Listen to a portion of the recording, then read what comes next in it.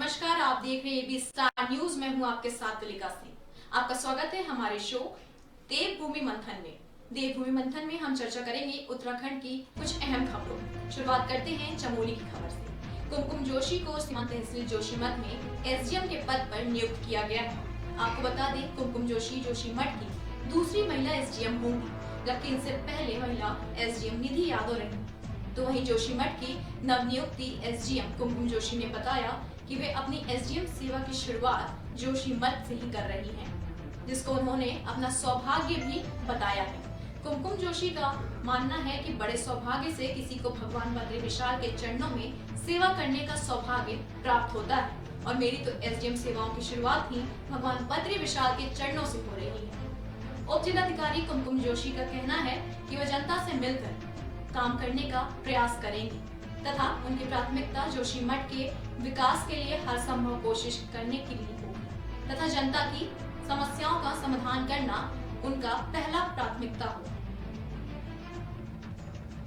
देखिए, जोशीमठ में मेरी जैसा आपने कहा, मेरी कैरियर की पहली तहसील है ये। मैं अपना एसडीएम का जो कैरियर है वो तहसील जोशीमठ से शुरू कर रही हूँ। तो मैं अपने आप को बहुत सौभाग्यशाली भी मानती हूँ कि भगवान बद्रीनाथ की भूमि से और इतनी सुंदर जगह से मेरे जो प्रशासन की कैरियर का पदार्पण हुआ है। बाकी अभी क्षेत्र को जानना और समझना मेरे लिए अभी बचा हुआ है, क्योंकि मैंने कल ही ज्वाइन किया है। और प्राथमिकताएं तो जैसे कि होती हैं कि क्षेत्रीय जनता से मैं सहयोग की अपेक्षा करती हूँ कि मेरे जो भी कार्य मैं यहाँ पे करवाना चाहती हूँ, और अपने जोशीमठ जैसे आप लोगों को पता ही है, पर्यटन की दृष्टि से धार्मिक परिप्रेक्ष्य में बहुत ही जानी मानी तहसील है। बढ़ते हैं हमारी अगली खबर की ओर। मौसम के बदले मिजाज से बर्फबारी के लिए मशहूर स्थली औली बर्फ के आगोश में समाई हुई। हालांकि बर्फ ज्यादा नहीं गिरी, लेकिन मौसम के इस बदले अंदाज के चलते आने वाले 48 घंटों में औली बर्फ से लदक जाएगी। अभी भी औली में 5 इंच से ज्यादा बर्फ की मोटी चादर बिछ चुकी है। वहीं गौरसो बुग्याल सहित कुंवारी पास ट्रैकिंग रूट पर जबरदस्त हिमपात होने से ट्रैक्टरों और बर्फ से शौकिया पर्यटकों के चेहरे खिल गए हैं। औली में हो रहे हिमपात से यहां आगामी फरवरी माह में होने वाले नेशनल विंटर गेम्स को लेकर आयोजकों और खिलाड़ियों के लिए शुभ संकेत नजर आने लगे हैं। आइए बढ़ते हैं हमारी अगली खबर। कांग्रेस नेता व रुद्रपुर के कांग्रेस के मेयर प्रत्याशी रहे नंदलाल प्रसाद पर पुलिस द्वारा लाठीचार्ज करने की घटना का दिनेशपुर मुख्य चौराहे पर कांग्रेसियों ने पूर्व विधायक प्रेमानंद महाजन के नेतृत्व पुलिस प्रशासन का पुतला फूका। कांग्रेसियों की मांग है कि नंदलाल पर लाठीचार्ज करने वाले पुलिसकर्मी के खिलाफ तत्कालीन कानूनी कार्रवाई करते हुए उसे बर्खास्त किया जाए, अन्यथा कांग्रेस लगातार सरकार के खिलाफ प्रदर्शन करती रहेगी और उग्र आंदोलन करने के लिए बाध्य होगी। दरअसल उधम सिंह नगर में कांग्रेस के मेयर प्रत्याशी रहे प्रदेश सचिव नंदलाल प्रसाद के मुख्यमंत्री आने के विरोध के दौरान पुलिसकर्मी द्वारा बर्बरतापूर्ण पिटाई से नाराज कांग्रेसियों ने गदरपुर क्षेत्र के दिनेशपुर में पुलिस प्रशासन का पुतला फूंक कर विरोध दर्ज कराया है। साथ ही दोषी पुलिसकर्मी को तत्काल बर्खास्त करने की मांग की है। जो हमारा रुद्रपुर के मेयर के जो प्रत्याशी था नंदलाल जी, उन्होंने इस विरोध में कहा था उनको बहुत बुरी तरीका से पुलिस वालों ने मारा पीटा। ये बहुत निंदनीय है। ठीक है, कोई विरोध कर सकता है, लेकिन उसको बंद करता है या कुछ और वो करता है, लेकिन इस तरह से बुरी तरीके से मारपीट करना बहुत घोर निंदनीय है। इसके विरोध में हम लोग आज आइए बढ़ते हैं हमारी अगली खबर की ओर। रुड़की के गंगनहर थाना क्षेत्र के मछली बाजार में दो पक्षों में जोरदार झड़प हुई। ये झड़प धीरे धीरे खूनी संघर्ष में तब्दील हो गई।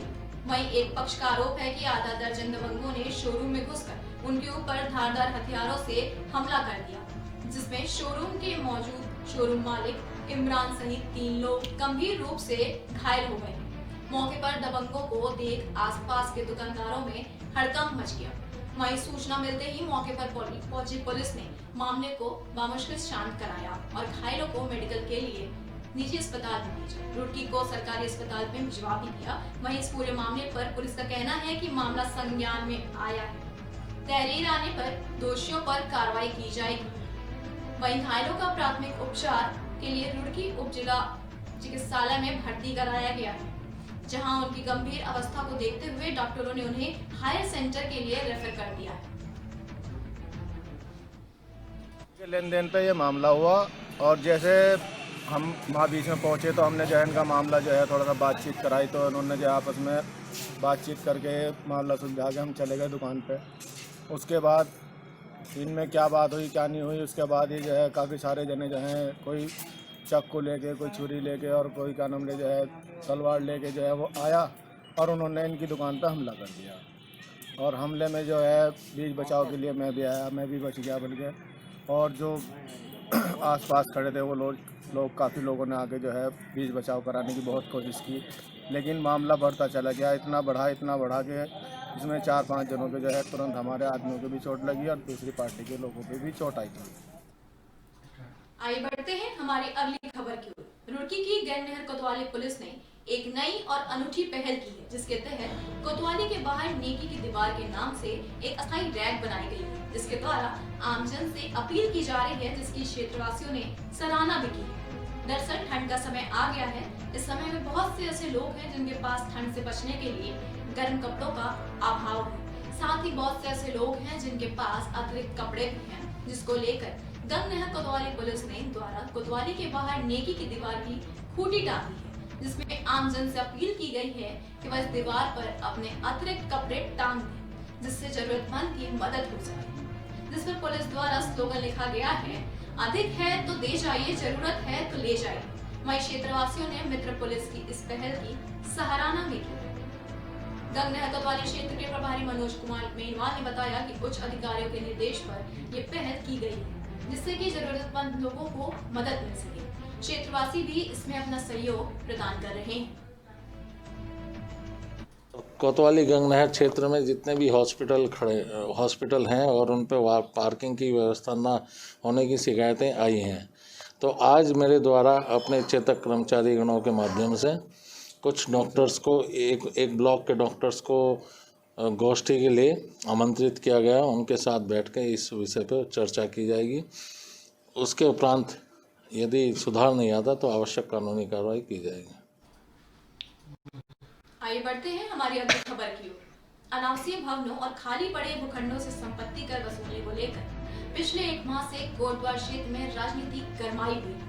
संपत्ति कर को समाप्त करने के लिए विभिन्न राजनीतिक दलों द्वारा लगातार धरना प्रदर्शन किया जा रहा है। इन विरोध प्रदर्शनों और भाजपा सरकार को घेरने में सबसे आगे रही है। कांग्रेसी मेयर हेमलता नेगी और उनके पति सुरेंद्र सिंह नेगी संपत्ति कर के विरोध में जन जागरण और हस्ताक्षर अभियान चलाकर नगर निगम में ज्यादा से ज्यादा आपत्तियां दर्ज करने की अपील कर रहे हैं। कोटद्वार में लगातार चलते विरोध प्रदर्शनों के बीच उस वक्त नया मोड़ आ गया जब यह प्रकाश में आया। मेयर हेमलता नेगी ने ही 25 फरवरी 2020 को बोर्ड बैठक में सर्वसम्मति से एग्री कर और अनिवासी भवनों पर कर लगाने का प्रस्ताव पार किया था। अब मेयर हेमलता नेगी व पूर्व कैबिनेट मंत्री सुरेंद्र सिंह नेगी इस दोहरी राजनीति को लेकर आम आदमी पार्टी व भाजपा को निशाने पर रखी है, जिसमें भाजपा के पूर्व जिला अध्यक्ष ने मेयर और पूर्व कैबिनेट मंत्री को आड़े हाथों लेते हुए कहा कि इनके पास कोई भी मुद्दे नहीं है, प्रदेश सरकार के खिलाफ दुष्प्रचार कर अपनी वाहवाही लूट रहे हैं। झंडा चौक से कहा था कि नगर निगम बना रहे हैं, लेकिन अगले 10 वर्षों तक इस नगर निगम कोटद्वार को जो भी क्षेत्र इसके अंतर्गत सम्मिलित होंगे, जो ग्रामीण एरिया इसके सम्मिलित होंगे, उनसे कोई टैक्स अगले 10 साल तक नहीं लिया जाएगा, ताकि लोग नगर निगम का विरोध ना करें। उसके बाद नगर निगम का जब चुनाव हुआ, यहाँ पर मेयर बनी कांग्रेस की और उन्होंने प्रस्ताव पारित कर दिया 25/2/2020 को कि जो ग्रामीण क्षेत्र है उनसे गैर आवासीय संपत्तियों पर टैक्स लगाया जाए। अब दूसरी तरफ वो सड़कों पर इसका विरोध कर रहे हैं, जन जागरूक अभियान चला रहे हैं, हस्ताक्षर अभियान चला रहे हैं। तो ये कैसी दोहरी राजनीति है भारतीय जनता पार्टी की और कांग्रेस की, और खुद उनके साथ पूर्व स्वास्थ्य मंत्री उनके पति श्री सुरेंद्र सिंह नेगी जी इस जन जागरूक अभियान में सम्मिलित है। तो ये दोहरी राजनीति है। लोगों को एक तरफा आप इस तरीके की कोटद्वार की मासूम जनता को कहीं ना कहीं आप इस तरीके से ठग रहे हैं, और एक तरफ तो प्रस्ताव पारित कर रहे हैं और दूसरी तरफ उसका विरोध कर रहे हैं सड़कों पर। तो ऐसी दोहरी राजनीति नहीं चलेगी। जिस हिसाब से अभी जो हम लोगों को मीडिया के माध्यम से पता चला है कि माननीय क्षेत्रीय विधायक, जो पूर्व विधायक और माननीय जो यहाँ की मेयर है, वो लोग जगह जगह जाके कह रहे हैं कि जो कर संपत्ति जो लगी हुई है वो भारतीय जनता पार्टी सरकार के द्वारा लगी है। ये बड़ा दुर्भाग्य की बात है कि 25 फरवरी 2020 को वो अपने सदन में इस संपत्ति कर को लागू करती हैं और उसको पास करती हैं, और उसके बाद जनता की भी जाके कहती हैं कि ये कर प्रदेश सरकार ने हमारे पे लगाया, लेकिन ये जबकि सरासर गलत है, क्योंकि उनके सदन में ये पारित हो चुका है।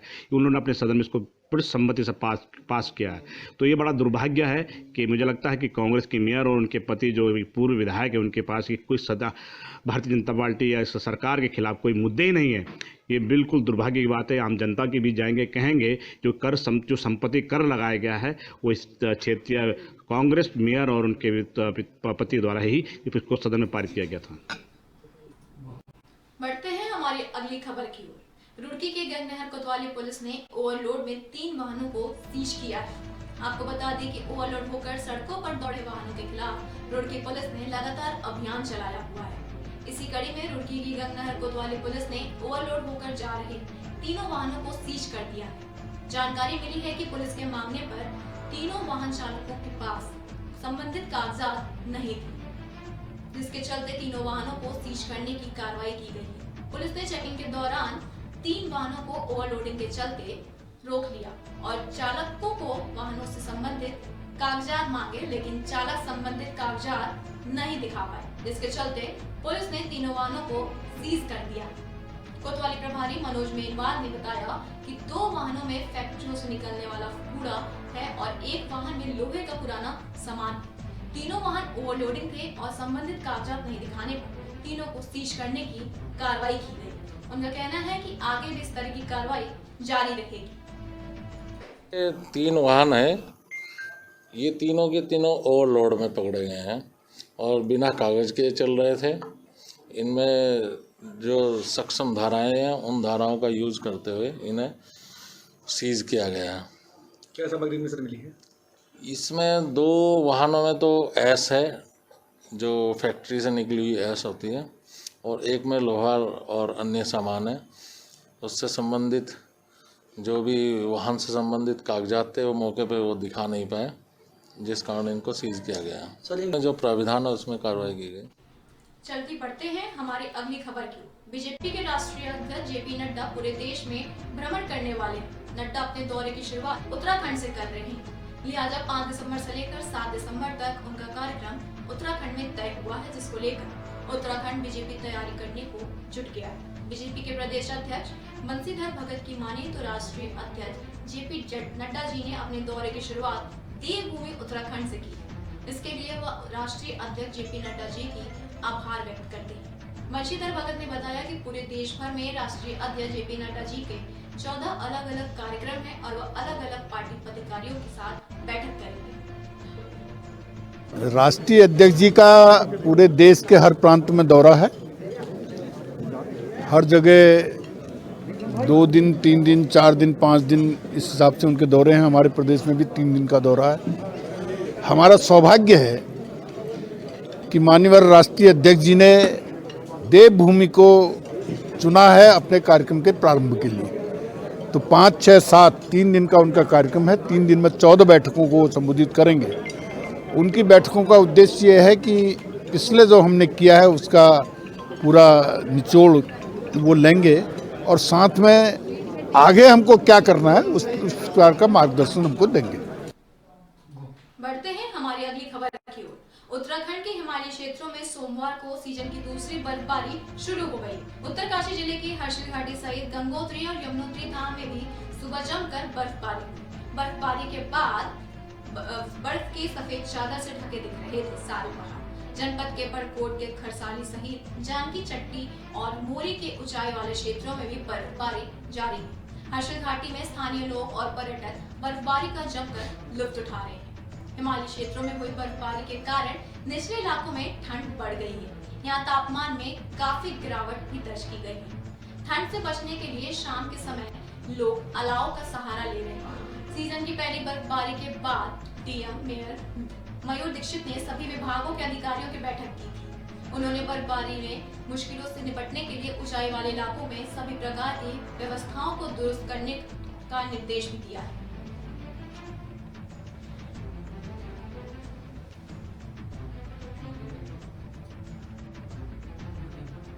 आज के हमारे शो देवभूमि मंथन